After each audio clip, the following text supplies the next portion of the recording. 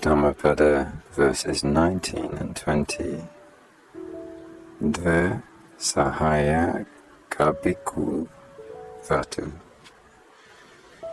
Though he recites much the sacred texts in Tipitaka, but is negligent and does not practice according to the Dhamma, like a cowherd who counts the cattle of others, he has no share in the benefits of the life of a bhikkhu.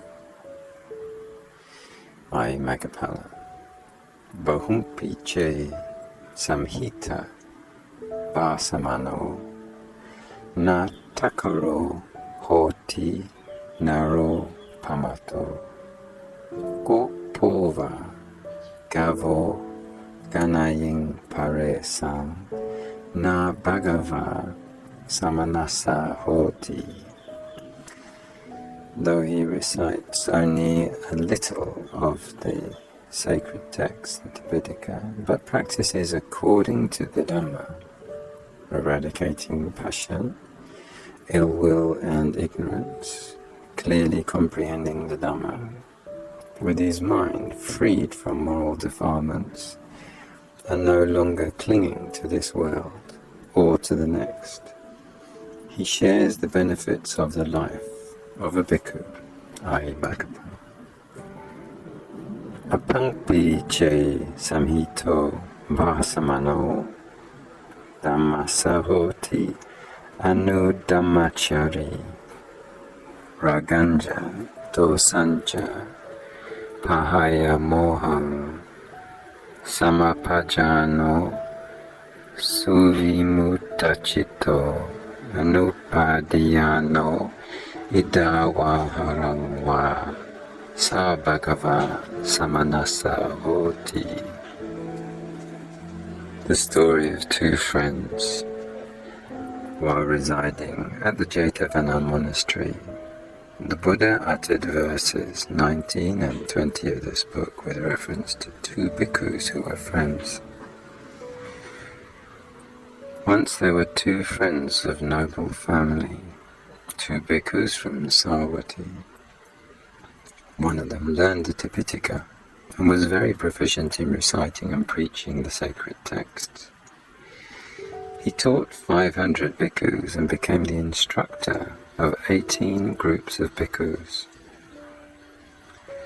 The other bhikkhu, striving diligently and ardently in the course of insight meditation, attained arahatship together with analytical insight.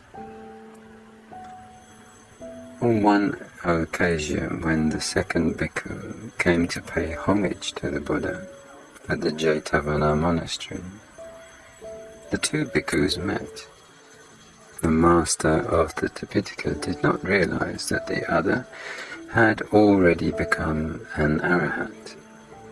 He looked down on the other, thinking that this old bhikkhu knew very little of the sacred texts, not even one out of the 5 Nikayas, or one out of the 3 Pitakas. So he thought of putting questions to the other and thus embarrass him. The Buddha knew about this unkind intention, and he also knew that as a result of giving trouble to such a noble disciple of his, the learned bhikkhu would be reborn in a lower world.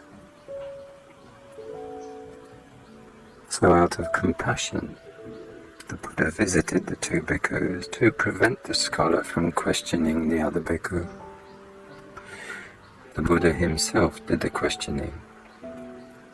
He put questions on jhana, magga, to the master of the Tipitaka, but he could not answer them because he had not practiced what he had taught. The other bhikkhu, having practiced the Dhamma and having attained arahatship, could answer all the questions.